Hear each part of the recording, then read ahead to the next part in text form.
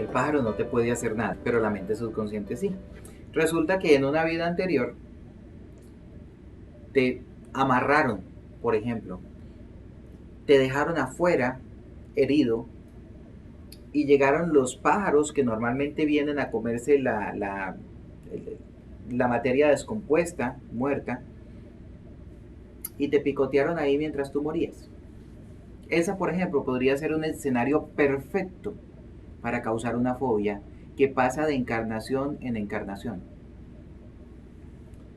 Las fobias son pensamientos que lanza la mente subconsciente. Son sentimientos que lanza la mente subconsciente. Y son sensaciones que lanza la mente subconsciente. Porque tiene una programación. Una programación que dice que si vienen los pájaros y se te acercan, tú vas a morir y que el dolor va a ser impresionante, que la muerte va a ser horrorosa y tú no quieres volver a vivir eso mismo que ya viviste en otro momento. ¿Cuál es la relación de esto con lo que estamos hablando, con las crisis? Resulta que en la medida en que nuestros padres o quien quiera que sea que nos cuidó en la infancia nos maltrataban, nos atropellaban porque desafortunadamente esa es la forma en la que nuestra sociedad le enseñó a nuestros padres y nos enseñó a nosotros a ser padres. En la medida en que nos maltrataban, nos fueron creando la tabla de valores y también nos fueron creando los traumas. Junto con eso nos fueron creando los patrones de pensamiento. Todas estas programaciones juntas lo que hacen es lanzar constantemente los pensamientos que navegan por nuestra mente y que son los que nos mantienen enfocados durante el día en X o Y dirección.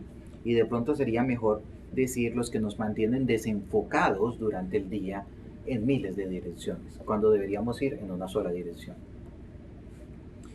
Entonces ese tercer elemento, la reprogramación de la mente subconsciente, es extremadamente importante porque aquellos traumas que tengamos en nuestra mente subconsciente están haciendo difícil, imposible podría decirse, el vivir en un estado de paz, el sobreponernos a las crisis, el mirar la crisis como el regalo que verdaderamente es. El cambio de nuestro sistema de creencias nos permite reconocer que la crisis es el regalo. Nos permite reconocer que es la mano del Padre sanando nuestra vida, sanando la vida de todos los que están a nuestro alrededor, sanando las circunstancias y reenfocándonos en la dirección correcta.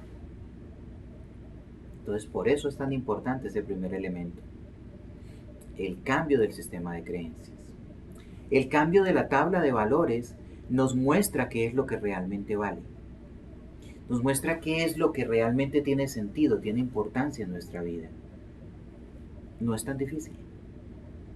Si reconocemos que somos espíritu, si reconocemos que el objetivo es alcanzar la paz, entonces nuestra tabla de valores se irá reacomodando de manera que tendrán las primeras posiciones aquellos valores que nos ayudan a conseguir la paz, aquellos valores que tienen una trascendencia espiritual, e irán quedando en las últimas posiciones aquellos valores que tienden a beneficiar a la personalidad, porque entenderemos que nosotros no somos persona, no somos personalidad, no somos ego, nosotros somos un espíritu.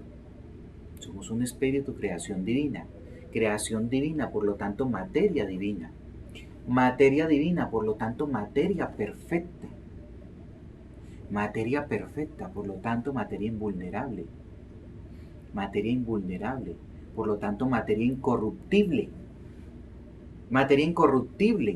por lo tanto materia libre de pecado, no existe el pecado, no existe la culpa. La supuesta calamidad llega, y llega en manos de aquel que viene y asesina a mi hijo, o secuestra a mi hermana, o maltrata a mi madre, o viene en manos de aquel desastre natural que viene y se lleva todo lo que yo tengo, o viene en manos de la enfermedad, o viene en manos de cualquier cosa. Y entonces esa cualquier cosa que fue el vehículo a través del cual me llegó el regalo es culpable de alguna cosa.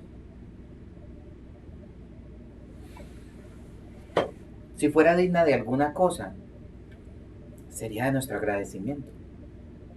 Porque está siendo el vehículo a través del cual el Padre me está entregando a mí ese regalo que yo desesperadamente estoy necesitando. ¿Mm? ¿Qué hacer entonces? ¿Qué hacer entonces una vez que entendemos que la crisis es el regalo? Una vez que entendemos que la tabla de valores tenemos que cambiarla. ¿Qué hacemos nosotros para que esto efectivamente comience a suceder?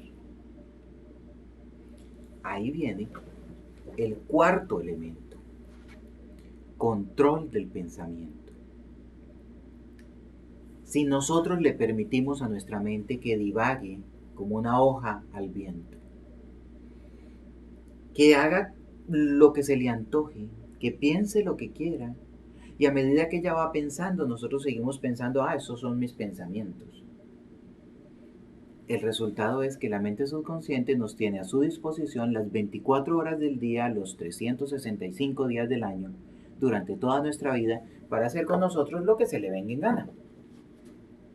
Entonces, si allí hay unos traumas y una programación de depresión, entonces seremos unos deprimidos la vida entera y estaremos convencidos de que es que somos bipolares, depresivos, cualquier cosa. Hay miles de rótulos. Si somos materia divina, si somos materia perfecta, ¿tendrá sentido algún rótulo? ¿Será posible eso para el perfecto espíritu del Hijo de Dios?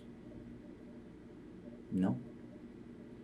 La personalidad asume estos patrones de comportamiento y los vivifica y los vive y los materializa en este mundo gracias a esas programaciones que tenemos en nuestra mente subconsciente, que están mandando pensamientos todo el tiempo a nuestra mente consciente, haciéndonos creer que son nuestros pensamientos. Y nosotros, como nuestro sistema de creencias no nos habló nada de esto nunca jamás, pensamos que esos son nuestros pensamientos y que simplemente tenemos la mente más desenfocada del mundo entero. La realidad es que no le hemos dado disciplina a nuestra mente. No nos hemos puesto en el trabajo de controlar la mente. La mente tiene muchas funciones, pero una de ellas es pensar. Si la función principal de la mente es pensar, y la mente es una herramienta mía, yo debería dedicarle tiempo y esfuerzo a aprender el control del pensamiento. Debería dedicarle tiempo y esfuerzo a mejorar el control del pensamiento. Y debería dedicarle tiempo y esfuerzo a cambiar las programaciones, aquellas que están mandando desde abajo pensamientos inadecuados, cogiéndome desprevenido en muchos de los momentos del día y haciéndome pensar aquello que no me conviene. Son muchas las corrientes filosóficas, son muchas las personas hoy en día que nos han enseñado, mostrado e inclusive demostrado que lo que tenemos en nuestra mente se materializa en nuestra vida y que con lo que tenemos en nuestra mente, con lo que llenamos nuestra mente, estamos efectivamente llenando nuestra vida. Si entendemos eso, entonces nos damos cuenta de que en la medida en que nosotros permitimos que todo este montón de pensamientos insensatos, pensamientos de depresión, pensamientos de miedo, pensamientos de ira, ¿con qué voy a pagar la cuota del carro este mes? Si resulta que no ha llegado, qué sé yo, el dinero que yo estaba esperando, o si resulta que este mes he tenido tan poco trabajo, ¿con qué la voy a pagar? ¿Cómo voy a hacer yo para resolver el problema de mi hijo que está en este momento metido en tal o cual aprieto? Si yo nunca he tenido la posibilidad de solucionar ese mismo problema en otras circunstancias, o si yo no tengo las capacidades, o si yo no tengo los conocimientos necesarios. ¿Quién se va a encargar de mí cuando cumpla 65, 75 u 85 años? Y así por el estilo. Eso no tiene límite. La cantidad de pensamientos que, si se lo permitimos, cruzan por nuestra mente en un día es casi innumerable. Esta parte es demasiado importante porque en la medida en la que nosotros hacemos un esfuerzo por controlar los pensamientos y efectivamente logramos un control de nuestra mente para que piense solo lo que nosotros le damos la orden de pensar. En esa misma medida, nuestra vida comienza a funcionar armónicamente. En esa misma medida, nuestros sentimientos comienzan a funcionar armónicamente. Y es lógico, porque si yo estoy teniendo pensamientos de miedo, de que no voy a ser capaz de esto o aquello, eso a su vez está generando estados anímicos de depresivos, está generando estados anímicos de tristeza, de fracaso, lo cual a su vez está generando resultados negativos en mi vida, frustraciones, imposibilidades, incapacidades, que se materializan en una vida más escasa, en una vida más dura, en un cuerpo más enfermo, en unas relaciones más disfuncionales, en fin. Las posibilidades son infinitas, pero en todo caso nuestros pensamientos están creando nuestra realidad. Por lo tanto, ese cuarto elemento del control del pensamiento es fundamental.